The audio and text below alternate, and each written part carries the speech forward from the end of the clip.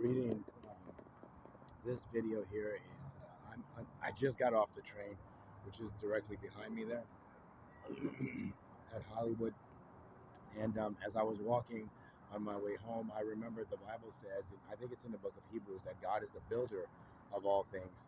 And when I move this camera here, you can see this area. This used to be a depot for the buses to come, and the buses would come over there, and then they would come all the way over here, and in that area right there, they would stop and pick up passengers. And just recently, this entire stairwell here, it wasn't here, but they took out this entire thing, and so this is all fresh and brand new.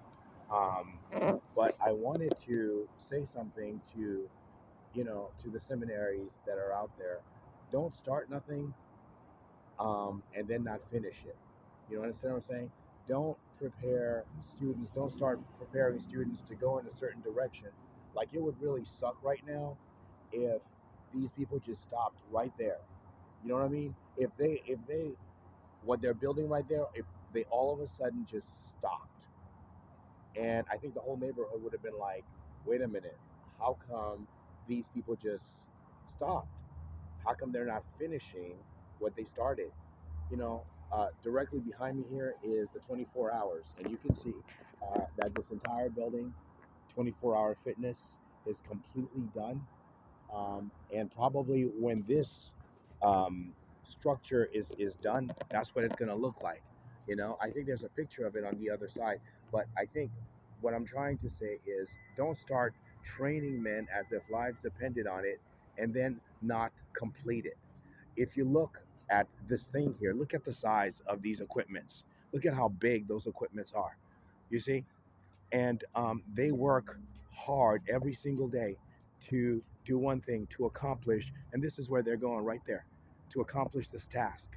And I'm saying to you, don't start it if you're not going to complete it. If you're not going to take, when Jesus was on the cross, he knew that death was going to be the finality, right? And he spent 3 years with those men, and he dealt with every issue. He even dealt with the betrayal of Judas. And in the end, he was, as much as he didn't want to, but he had to release Judas. And upon releasing Judas, he took the hit from the man. And on the cross, he was able to say, "It is finished." If you're going to go into ministry as pastors, elders, if you're going to be training men as if lives depended on it, Paul says to Timothy, "And the things you have heard from me in the presence of many witnesses, these entrust to faithful men who will be able to teach others also." Okay? If you're going into the ministry and you're going to start training men, make sure you have an agenda to complete and to finish the entire training process. Don't just tell people that you're going to train men and then start it and then not finish it. Well, we're here, and this is what it's going to look like when it's finished. Okay? So hopefully the day will come and I will be able to, like here with 24-hour fitness, I'll be able to walk onto this property right here and touch the building and say, "It is finished." So my encouragement to you who are out there doing the work of the ministry and training men and teaching men, don't stop until that man is done. Don't stop until that man is trained. Just like I think God, when He does build, He doesn't stop building until the building is completed. Just like the building behind me.